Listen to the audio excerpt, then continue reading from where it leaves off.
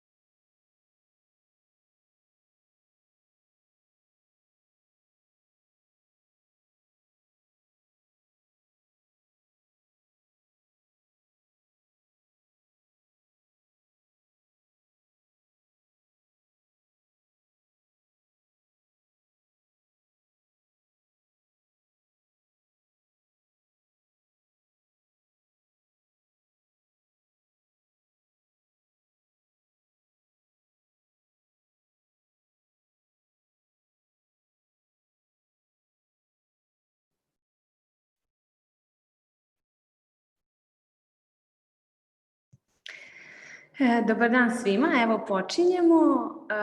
Dobar dan još jednom, moje ime je Aleksandra Milojković i ja ću biti vaš domaćin danas ispred ICT Hub Venture-a. Prvenstveno da se svima zahvalim što ste izdvojili vrijeme koje ćete provesti sa nama u ovih sat vremena i nadam se da će vam zaista koristiti. S obzirom da nam gošća dolazi iz inostranstva, ostatak programa ćemo nastaviti na engleskom jeziku. Prije nego što počnemo, htjela bih par stvari da vam kažem o samom ICT Hub Venture.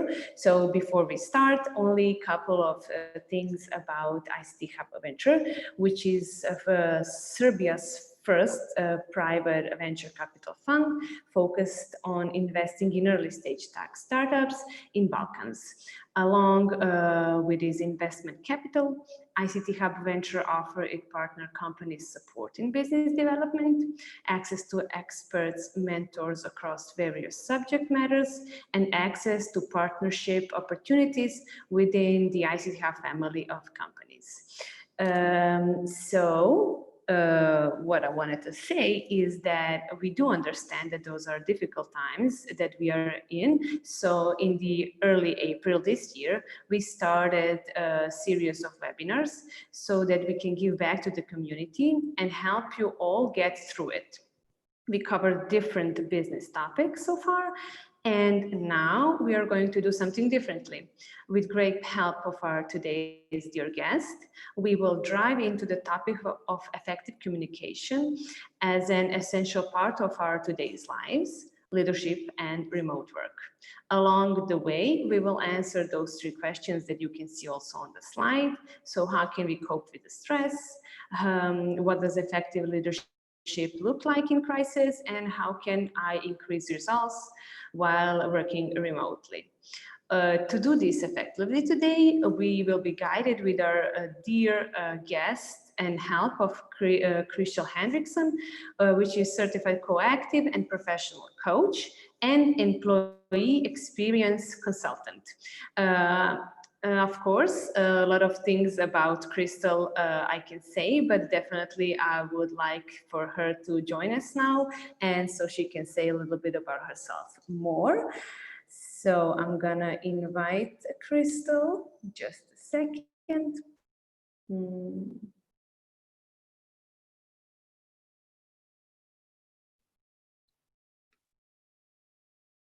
Hi, Hello. everybody. Hi, Kristal. Hi. Well, it's good to welcome. be here with you all. Thank you for having me. Thank you for joining us, and I'm really grateful that we have you here for 1 hour that we have.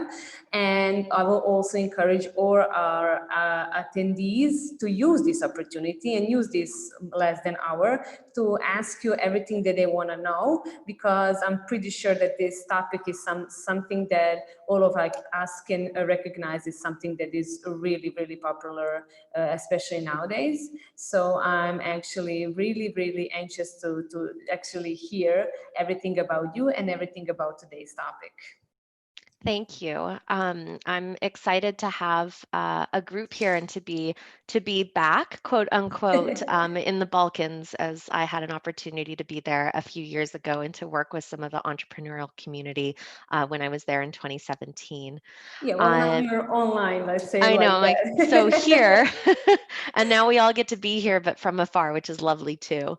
Yeah. Do you want me to switch the slide to mine to Yes, that continue? will be great. That will be great. Okay, so give us a sec here. Yeah, while we are switching the Kristal's presentation, I'm also gonna say that if someone wants to go through this webinar again, you can do that on our YouTube channel, which is also now live stream. So you can also look at our webinar over there. And again, just to remind everyone to use this opportunity and ask Kristal everything through the Q&A section.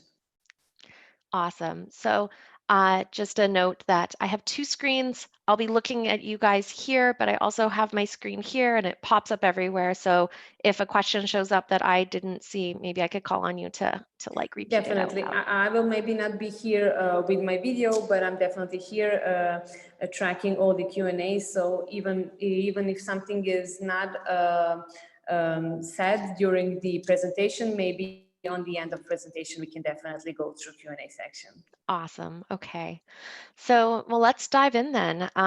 So what's been interesting is that before I even get into this, when we first started talking about doing this, the world seems so different. We started talking about this in end of March, early April. We talked about what might be important. And as I got ready to do this, beginning of the July here, I realized things might have changed some. So it's just kind of one of my disclaimers. Things change rapidly, and that's why it's so important to have participation from everybody and to ask the questions that are currently really important to you in terms of how to lead and how to communicate. So before I jump into all of it, I thought I should share a little bit about me. So I've spent the majority of my career working in high growth startups or in fledgling startups trying to get off the ground. And in all of those places, there's a fair share of chaos. So I've worked with and inside more than 50 different startups and have been there for many of those challenging and chaotic moments, from going public to being acquired to having hiring frenzies in high growth moments that rocked the culture of the teams because so many more people were coming in, to going through significant downsizes and layoffs, which also rocked the culture and the abilities of the people, the individuals who remained. So, leading and coaching in a time of crisis and challenge has not been foreign to me, though admittedly, COVID has been super unprecedented in terms of just how many leaders and teams are needing to adjust and change in such a short amount of time. I'm also a certified coactive professional leadership coach, and I'm certified in Leadership Circle Profile, which is a lot of the terminology I'm going to talk about today about leadership effectiveness. So a lot of that came from or comes from my training there. A little bit about my company. I co-founded Talent Collective with my business partner, Annika Reinhardt, in 2015. We're a boutique coaching and advising firm that focuses on people operations. And since we started, we've been on a mission to support employers on their quest to grow and develop their talent while helping individuals find workplaces that align with their values and their goals, which doing that means that there's less stress in the workplaces, both from the manager's point of view and from the individual's point of view. So, doing this has also meant that we're advising and coaching leaders through those complicated moments, as I was sharing. So, layoffs, mergers, acquisitions, and high growth. We spend a lot of time developing people centric communication and leadership coaching practices, as well as people centric compensation practices that help to create sustainable scale. And in doing all that, we've guided a lot of people through major career changes inside their company and outside as well. And then in the past several months, I would say these complicated moments are really the complications of our internal operating systems. Anybody who's out there who's in tech probably thinks about your iOS as like what your computer is doing. I like to think about it as well as what we are doing. So, our internal operating system as a person, how we cope with fear, stress, anxiety, and how our behaviors, that's the outside part of our internal operating system, how those affect the people that we work with. And I would say things like how we're coping or not coping with fear, stress, anxiety has been riding really high since this COVID moment. In a way, I would actually say it's kind of a good thing. That might sound really controversial, but I would say it's kind of a good thing because more leaders have become so much more open to looking at the internal blocks. So the things that are buggy, let's say, in their internal operating systems, those are the things that are holding them back from being the most effective leaders. And by looking at these things, they've been able to handle the growing complexities of their business worlds at large. And right now, they've been able to, that have kind of unblocked some of those internal blocks, they've been able to handle the COVID crisis even better. Some have even thrived in it. So I thought that perhaps a complicated diagram might help me illustrate a little bit more what I mean. And so where I thought we could start is VUCA. And I don't know because I can't see hands, but um, understanding VUCA, which stands for volatility, uncertainty, complexity, and ambiguity, is really important if we're going to meet and compete with both our internal kind of challenges, our stress, et cetera, as well as how we deal with our teams. So, you can just think about this. The question is, would you agree? Our world is kind of full of VUCA right now. And in the last few months, it's been even higher in VUCA. So VUCA is, as I said, volatility, uncertainty, complexity, and ambiguity. This is the top of the scale. This is like the thing that our world feels like it is more and more now. If the world was easy, so the bottom of the scale, see at the bottom of the diagram there, the world would be stable, certain, simple, and clear. And I think if we were at the bottom of the scale, we just need some little leadership skills to achieve these results. So effective leadership could easily be, just complete singular thinking, like maybe there's only one way to do this. We don't have to come up with, complicated solutions. We don't have to think about whole systems. We don't have to think about how we're behaving with people because the world is simple, so it doesn't really matter.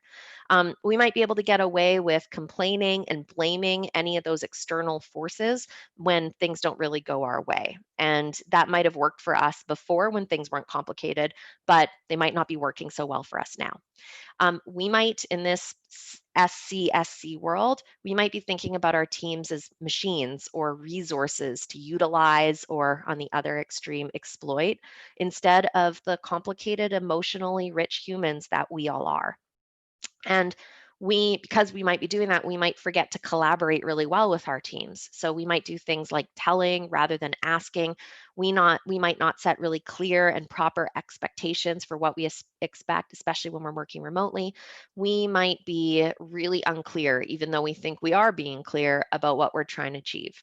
Or sometimes this, SCSC world, it just makes us think about backing away, like being passive, aloof, kind of withdrawing from the situation and still hoping that everything works out okay. But I'm hoping that you all agree with me. This is rarely the case that we have this SCSC world and that we can operate from here. Because if we operate from here, we generally get subpar or just short-term results. So what I think about is we call this our current leadership effectiveness level. We're kind of riding down here, a lot of us. And overall, if I look at the statistics and the data that shows this, you can see that most leaders are actually showing up, down here. But the challenge is we need to get better, right? So our leadership challenge is we need to work from a space that's more innovative, more creative, that's aligned with our values and other people's values, and that wants to create more good than harm in the world. We also obviously want to be profitable, sustainable, and healthy for our teams and for our companies to thrive. So we need to equip ourselves and our organizations with skills that can handle VUCA, both the VUCA that we have right now today and the VUCA that we're going to have in the future.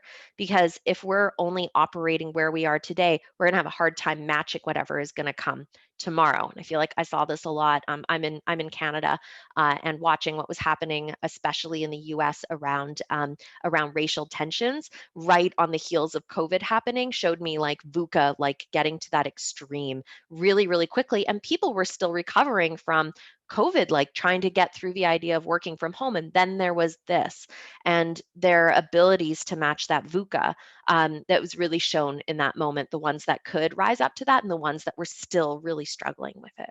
So I would say, and I don't know if you all would agree, but if we are operating in a level that works for this SCSC world, we're probably going to be like maintaining this kind of status quo, like maybe, as I like to think of it, like a 20th century kind of approach. We wouldn't be operating at a high level. We wouldn't be creating a strong competitive advantage. And I hope that you would agree that being stronger leaders would help you create a stronger competitive advantage. So what we want to do is we want to increase and equip ourselves with skills. So we want to get ourselves, if you kind of look to the left, we're in an SCSC world over here on the left of the diagram. We want to go up and to the right. Surprising, right? We want all our graphs to go up and to the right. So up and to the right to meet ourselves where our competitive advantage would be, which is our leadership effectiveness. Insert, we need to have better leadership skills. So what are these? Self-awareness, emotional and interpersonal intelligence, ability to achieve in a really authentic and sustainable and integral way, and great sustainable systems and solutions that scale. Okay, so that's my complicated diagram. I'll pause here for a sec to digest. Does anybody at this moment, if anyone has a question or wants to put a comment, either unmute yourself, or if you want to put something in the Q&A, I'm happy to be fielding things because I know that can be complicated for some folks. I'll give a pause here.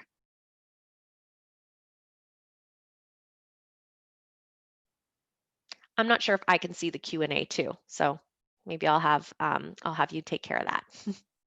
I'm pretty sure that I can track the Q&A. Okay, we have a chat here. I think you're good. Okay, yeah. Okay, I think so far we don't have questions, but I will track this section Q&A, and it will be here in the background, if I can say it like that. Don't worry. Awesome. Okay, thank you. So let's go into some tangible steps. And right away, I'm going to say, like, dealing with leadership and leadership in crisis, there's no one thing. There's no, actually, I think I put it here, disclaimer. There is no one quick fix when it comes to growing your leadership effectiveness. So I want to give you some tangibles, but they might not feel like tangibles because I'm not going to give you a template that just says, just do this, and then you'll have the silver bullet and it'll be just fine. So remember, some of my mentors have said leadership's an acquired taste. And we need to keep building the muscle and practicing it in a number of different ways from a number of different situations. So there's no quick fix, but I want to give you a couple linchpins. I also put this here because I just heard this quote really recently and I thought it might resonate with you. It's actually the person who is quoted here, the Pat Pirelli, it actually comes from kind of like from people who raise horses, but I think it works a lot for us when we think about leadership too. So the quote is, if you take the time it takes less time. So if you take the time it takes to do some of these slightly less tangible kind of reflective things that I'm going to give you here, it will take you less time to meet the VUCA of your world. So 2 linchpins. Linchpin 1 is self-awareness. Linchpin 2 is emotional and interpersonal intelligence. So think relating to others and think relating to yourself.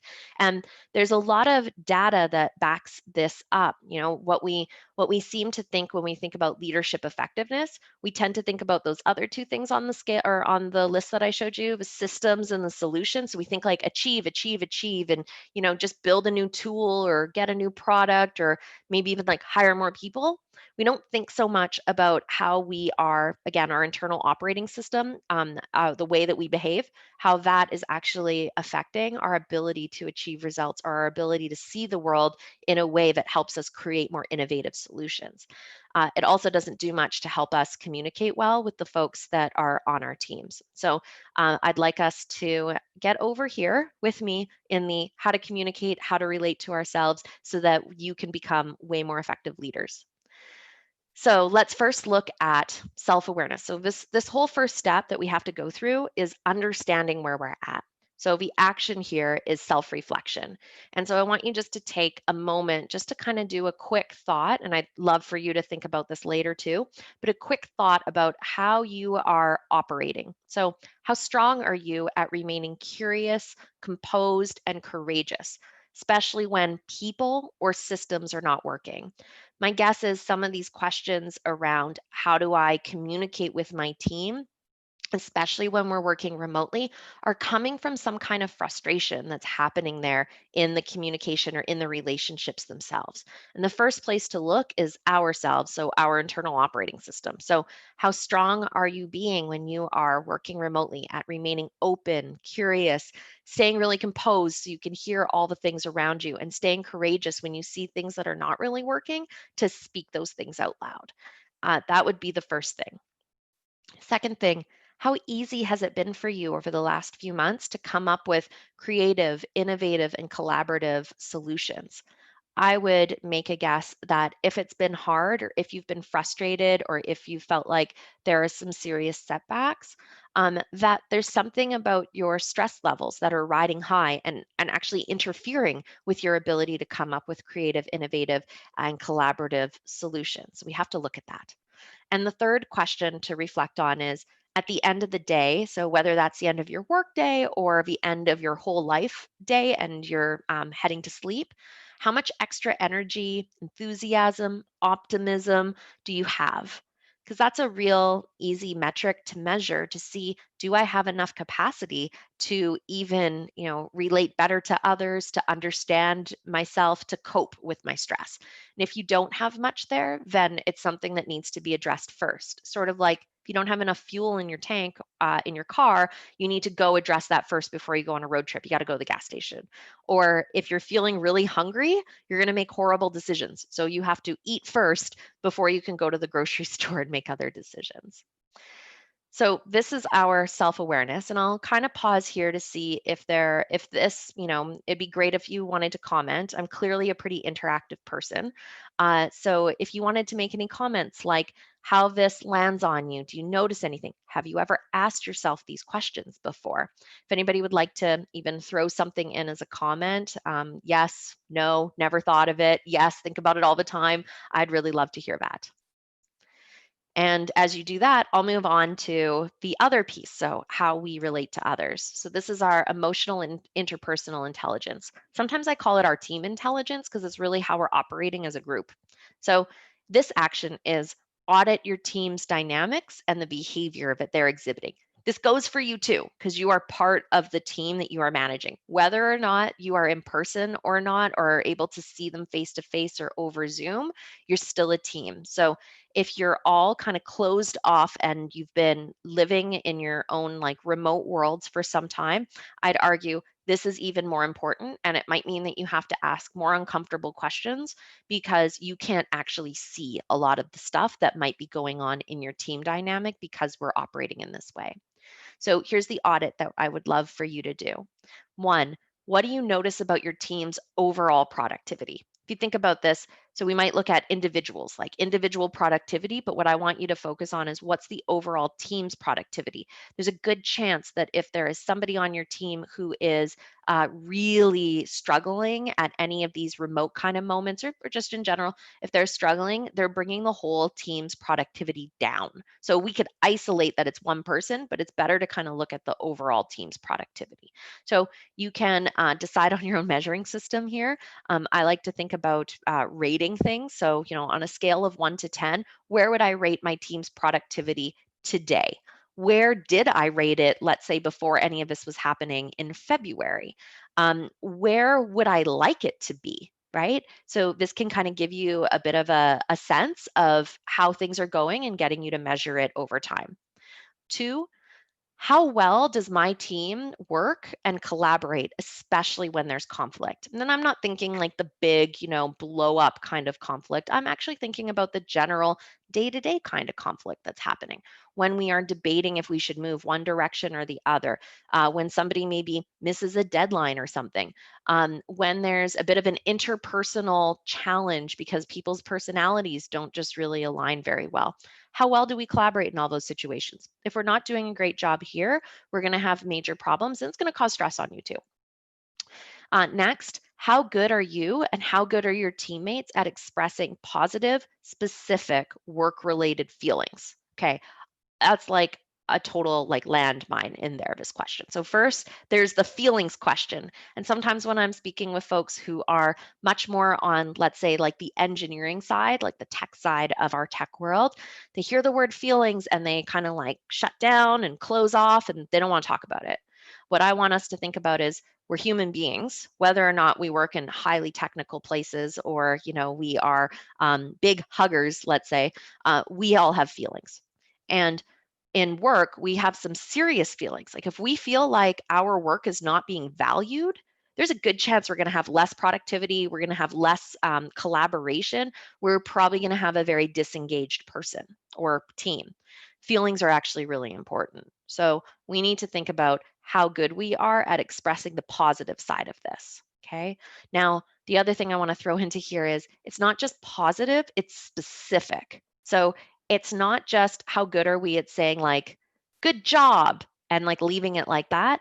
It's how good are we at saying, that was a really good job that you did. That was a really hard moment where, all the systems were broken or all the systems kind of shut down on us or, our whole supply chain just completely collapsed because of COVID.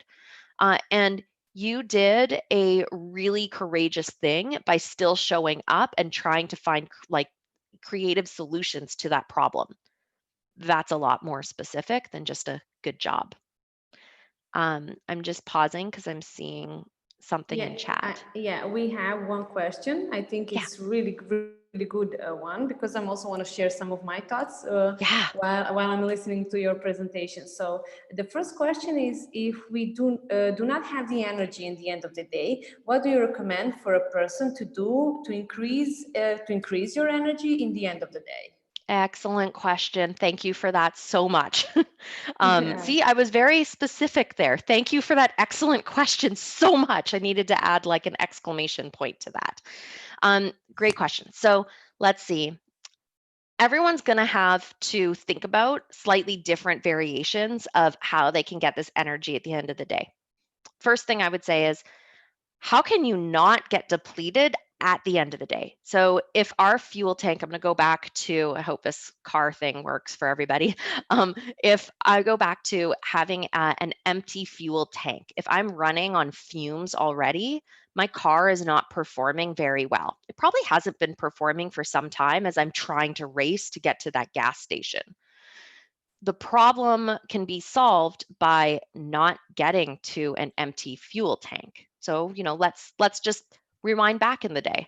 What if we looked at, instead of the end of the day, what if we looked at about lunchtime, right? Lunchtime's kind of, for most people, is kind of the middle of their workday.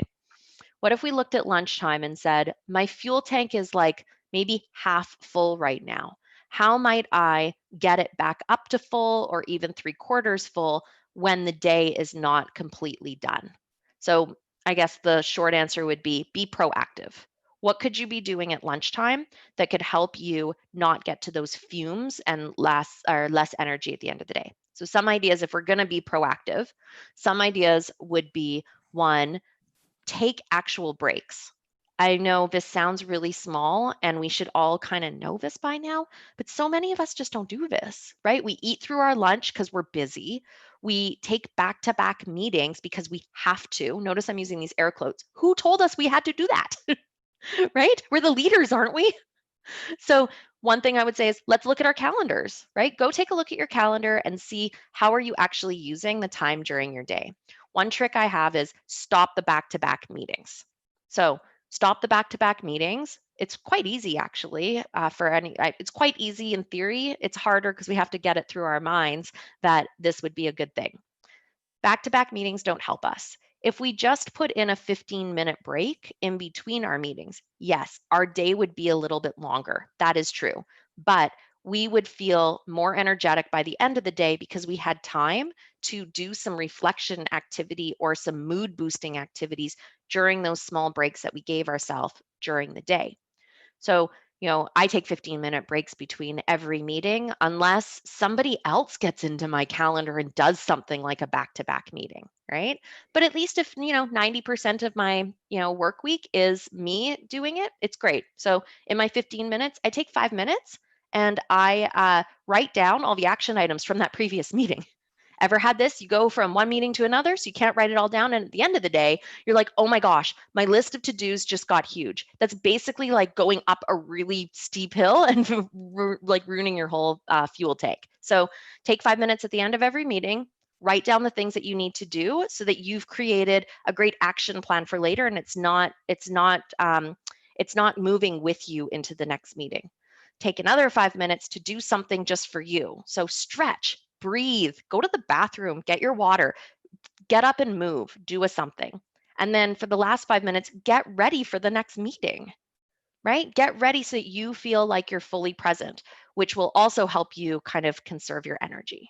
Then at lunch, take a break. Don't eat, don't check your email, just take a break. Go for a short walk, breathe. I keep saying that. So meditate or mindfulness, these things can all help you for the end of the day.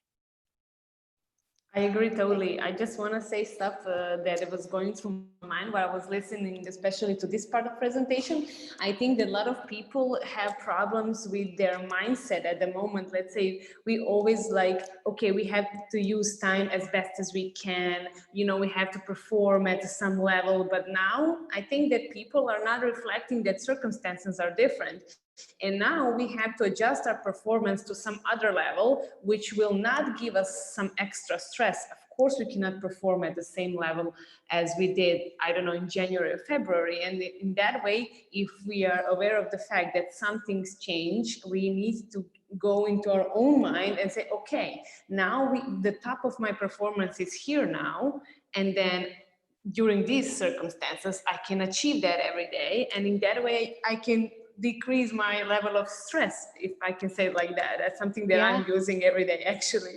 I think you're spot on because, again, still using car metaphor, it's like in the last 4 months, we just took on a huger load in our car. It's like the car is full of all the bricks and cement that it could possibly be filled with. And so it's using our fuel up faster, but we're still using our old ways of doing things and thinking that we can drive, 500 kilometers without stopping to fill up.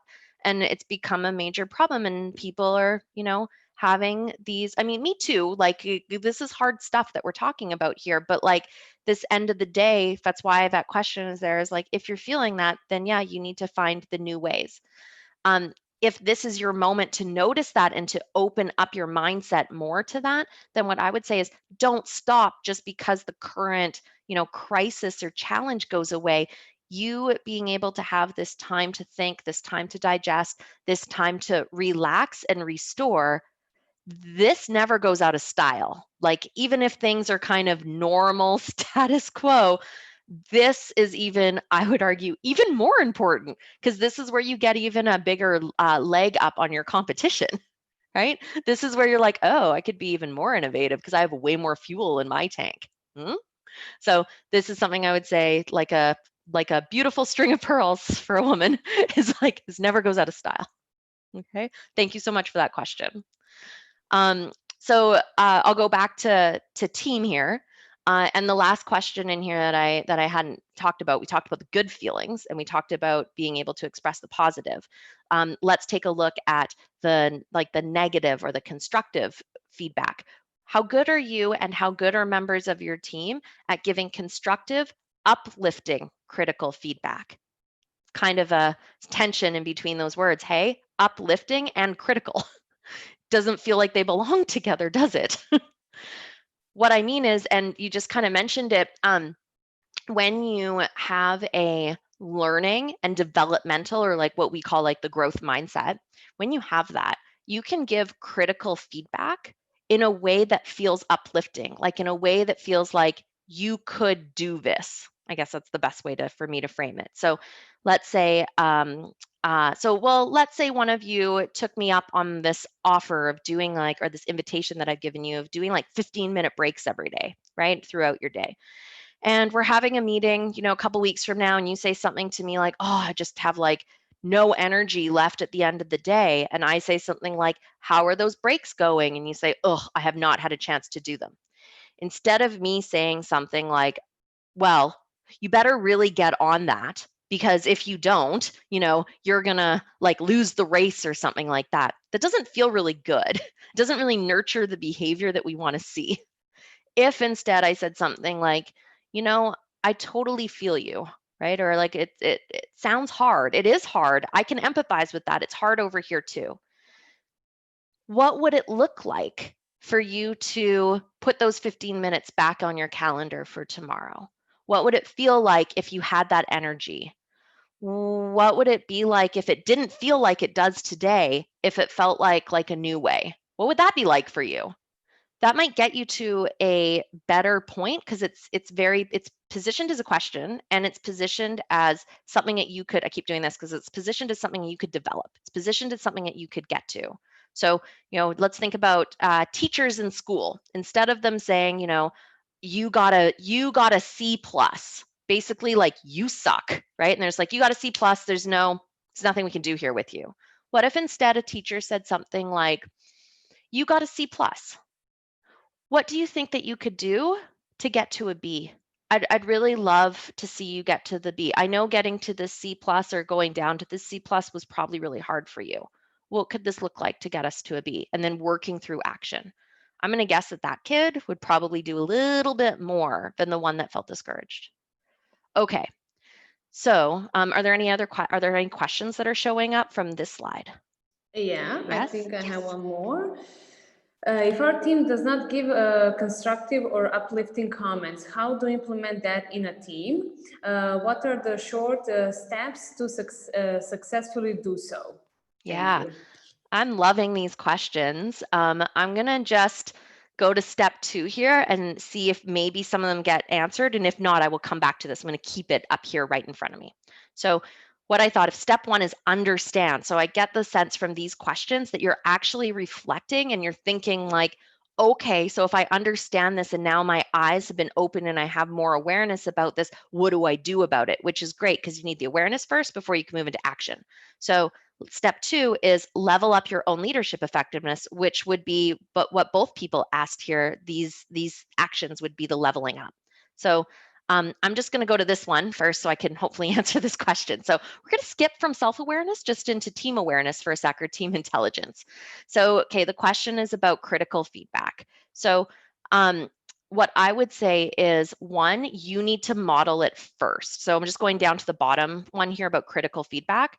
What you need to do as a leader is you need to start changing the language that's being used in your team so that other people start modeling it too. So number 1 is modeling it. So I just gave a little bit of a template here. I kind of took something that was quite simple, like somebody misses a deadline. So insert something specific, like this deadline was missed, right? So it's a statement, it's a fact. And insert what's wrong with this, like it's not acceptable. And why? Because we're committed to clients' deadlines. So state it like a fact, because it is a fact. And then get curious with the other person or with the team who missed like a team goal. Ask them questions like, what was your experience in this? Something was going on with that person, right? So let's get a little bit empathetic with them. Asking them questions like, what did you learn about missing the deadline? That's another way of handling it. What do you want to change for next time? So you can kind of see the similar language as what I was sharing a few minutes ago. Now, once you start modeling this, it starts to become okay, right? This is how culture moves through our teams. It starts to become okay for other people to be okay with critical feedback and to hear it as a development opportunity or an invitation to develop more. So it's not, I know you're asking what's the shortest steps. Unfortunately, it takes the time. You have to take the time it takes, so it takes less time. So these are the shortest steps. You model it. You start if you're having one-on-ones. If you're not having one-on-ones, you start having one-on-ones. Okay. If you're not having one-on-ones, I've heard this a lot from people. They move to the remote environment. They're like, oh, we just don't talk anymore. That's a terrible recipe because we can't see if somebody's being productive, if they're having a challenging time collaborating, and we don't have anywhere to give them feedback. So we want to keep having those one-on-ones. In those one-on-ones, we can start modeling them being able to critique themselves so that you as the leader can do less of it, right? It shouldn't always be the leader gives the critical feedback. We should be able to ask enough questions to people that they start giving themselves the critical feedback and start making developmental changes. So, in a one-on-one, you might, and I say one-on-one because I would not encourage people to do this at the beginning in a team environment, because if we're not doing this, it can feel pretty scary to do it for everybody in the team. It might not be safe yet. But in a one-on-one environment, we might say things like, what's been the biggest flop for you this week, or whatever the last time period has been? What's been the biggest thorn that you've had, and what's been the rose, right? So you can get some positive feedback in there too. But what's been the thorn? What's been the sticky situation? And we get the other person to start talking it through. We have to make it safe for them to do that. That's why we model it first.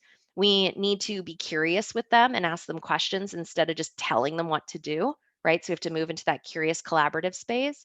And we need to listen to where they're at so that we can meet them where they're at and then invite them to take on bigger challenges. Now I know that's a lot. Like, I'm giving you kind of basically what usually takes us, 6 months or something to like actually create in the whole team, but that's kind of how it goes. So first you model it, then you encourage others to do it, then you move it into your one-on-ones. Okay.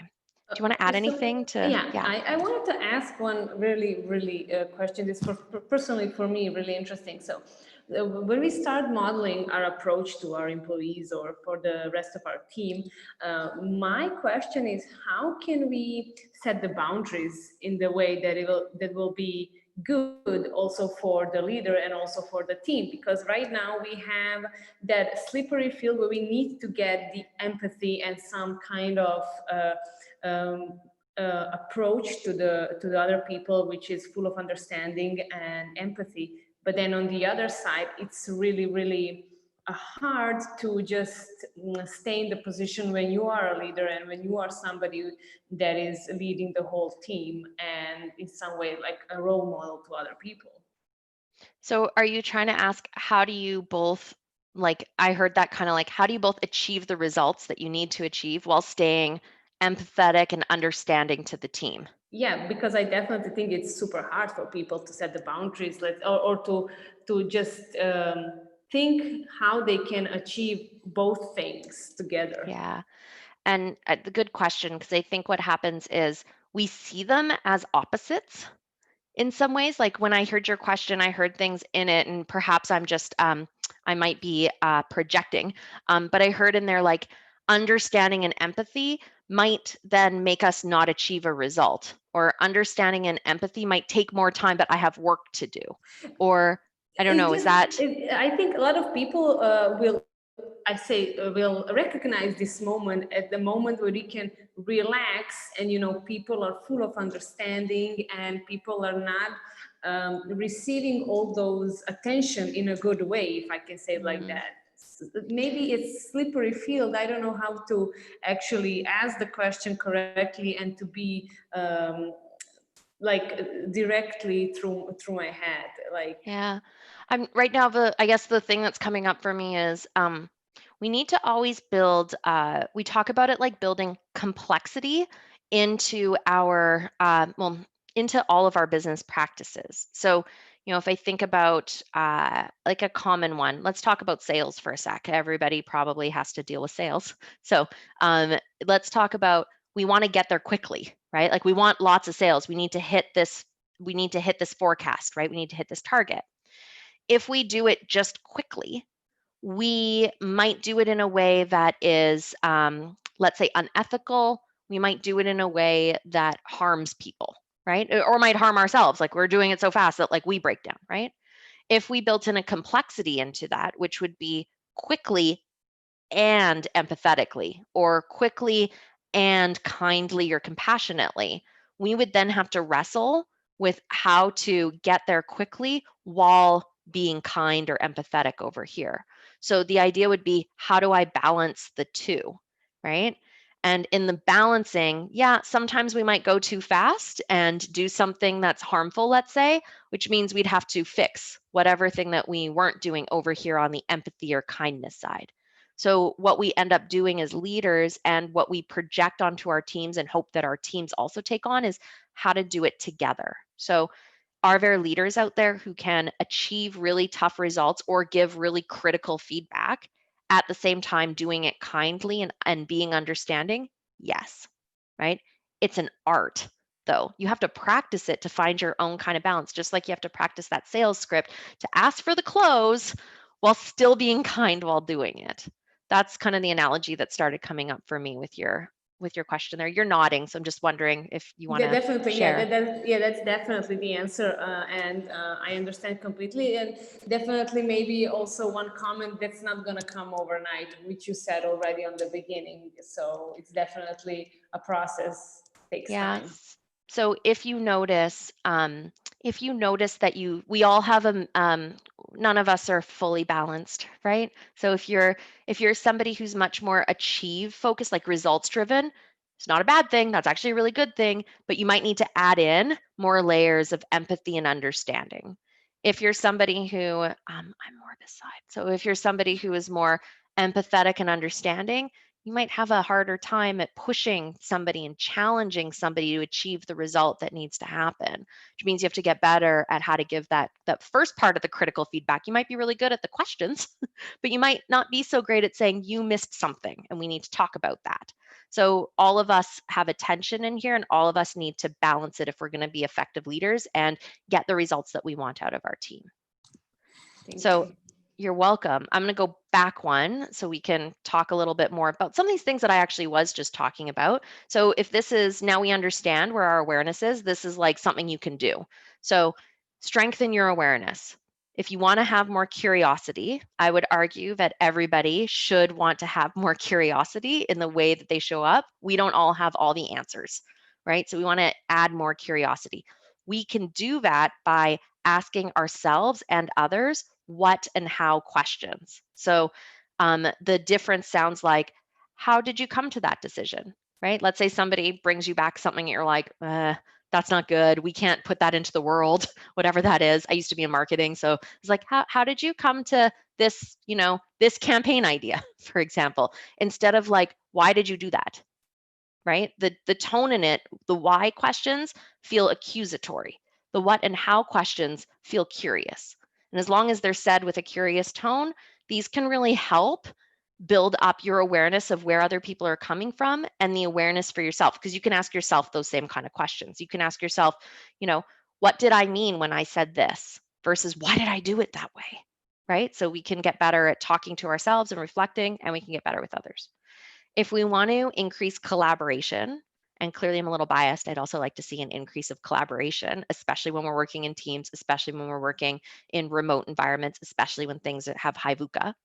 The questions become, how might we?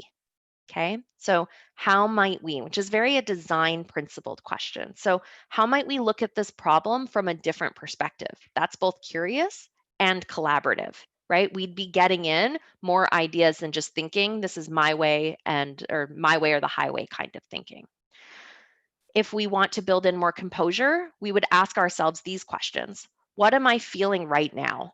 How do I want to be with the feeling I'm having? So the answer to a question like that, a lot of people get confused about, what do you mean? How do I want to be? I'm like, well, if you feel something right now, you have to figure out how you're going to deal with that feeling.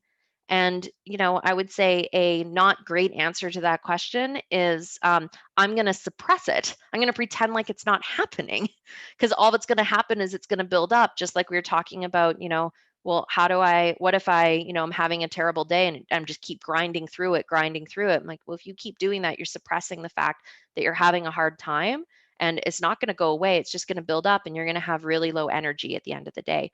Basically, you got to get rid of some of the bricks that are stuck in your car. So if I was to give an answer, it'd be something like, I've been in a lot of meetings today. I'm feeling overwhelmed. That's okay. You can admit, I'm not suggesting you do this at an all hands call or something, but you can say to yourself, I'm feeling overwhelmed from all the meetings I'm having today. And how do I want to be with this? Like we were talking about before, I need to take a 5-minute break to breathe. right? Or whatever thing, I need to take a walk or whatever the thing is for us there. We did this before we came into this session. I went like this and I'm like, I feel nervous. I'm always nervous when I have to give a talk or there's going to be people listening to me. And I literally went like this. I'm like, this is my way of letting go of the nervous energy. So I share it with you here to show that I'm just human too. And I do this to help me get into a better position. It Okay. definitely also helped me. I was also like just moving a little bit and just saying out loud really helped me. Yeah, and so look at this. We just met this, it's morning for me. We just met this morning, and both of us shared this moment. I was brave, I was courageous, I went first, right? I didn't know how you were going to feel about it.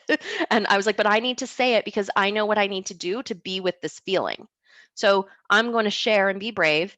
And what happened is then we connected. If we were on a real team, which technically we're on a real team in this moment, right? If we were on a real team and I was the leader, and I said that to one of my direct reports, and it made it safe for them to also say, yeah, I'm feeling a little nervous too. Whew, we can now be with this feeling together. We can move forward because, I mean, we had to come into the webinar, but I could have gone further and been like, okay, how do you want to be with the feeling that you're having? And that would have probably brought us up to another level together, right? Yeah. It's such a simple thing, but it can be quite powerful. Okay, so we've done awareness. We have a few minutes left. I'm going to come back to this team's emotional intelligence slide.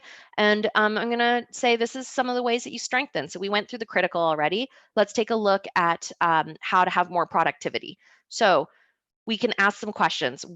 First we have to say there's always like a framework to this. If you've noticed, it's not just ask a question. It's kind of like there's context in front of it. So we say something like you seem, which is not saying you are, right? You seem this way, or it sounds like, or I'm noticing something. And all that language is still in the curious part of languaging. And the reason we start with that is because we don't actually know how somebody is feeling or why somebody is less productive. We can make lots of assumptions, but it would just be better to kind of label our assumption in a way that doesn't make it so concrete. So you seem low or less engaged or overwhelmed right now.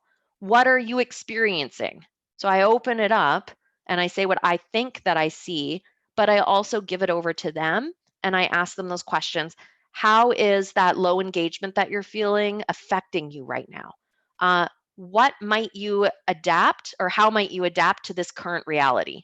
So what you were saying before about well, what if we're not achieving those results or there's that misbalance? I'm like, well, this helps this. So we're basically saying this, we need you to be productive, right? Just because there's a lot of stress and there's a lot of chaos, we need you to come up and meet the VUCA where it's at, right? So instead of telling them that, like telling them you need to be more productive, which usually results in less productivity because people feel misunderstood or not heard, instead of telling, we ask, how might you adapt to the stress that we're having? We still need to achieve these results. How might you meet that even though you're, exhausted right now? Okay. Thoughts or questions on that one? So far nothing, but I will track the Q&A. Yeah, awesome. Last one, or almost last one, positive feedback, right? We talked about that, grow understanding. Now we want to figure out a way to say it. So we say things like, I want to celebrate something specific you want to see more of in them. So here's what we do. Each moment that we see them collaborating, being curious, being more productive, coping with their stress, any of those things that we want to see them doing more of so they can hit VUCA with us, we want to celebrate those little moments. Actually celebrating their progress towards the things that you want to see will have a much higher effect than just telling them when they did it poorly.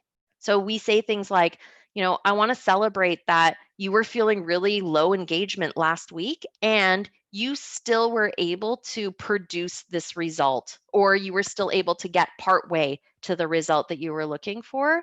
And I just want to celebrate and acknowledge that you did that even though it was hard. And then you don't just stop there and walk away or, start talking about something else on Zoom. You pause and you get them to think it over themselves. You make them reflect, what did you think about the work that you did there in that really stressful, hard time last week? What are you celebrating about the progress that you made? I just told you what I'm celebrating, but you probably have something that you're celebrating. So we toss it over to them. And then we ask a really action question, which is, what would you like to do to have more of this? Right? So we want them to have more productivity. We want to give them opportunities to get there. And usually they get there faster if we give them those positive reinforcements to move up. And there again is the time it takes. So it takes less time. Okay. I know we have only a couple more minutes. So in case you want to take some more action right now, here's a commitment. You can do this with your teams too. You can ask your team or other people, will they commit to things? So I'll ask you, since we're nearing the end of this webinar, will you commit to acknowledging the current capacity of your own internal operating system? And will you start practicing collaborative team communication? And Well, then there's just a definitely. couple things down there. Yeah. Well, for me, yeah, definitely. We need to just, as you said, breathe and just acknowledge everything that we are going through and just do that self-check, if I can say it like that, every day.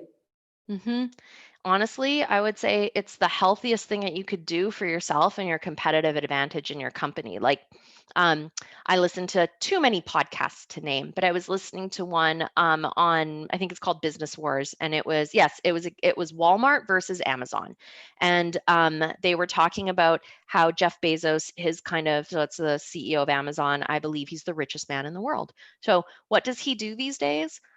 Well, instead of filling his days with so much stuff and being really stressed and everything, even though he's a really busy human, obviously, he actually like clears his schedule supposedly, and he only makes like a few really important decisions a day, which basically means he's basically taking his whole day for breathing and relaxation and restoration so he can make these really important big decisions. I'm just going to guess that Amazon's level of VUCA is higher than all of ours combined right now. I'm just making an assumption.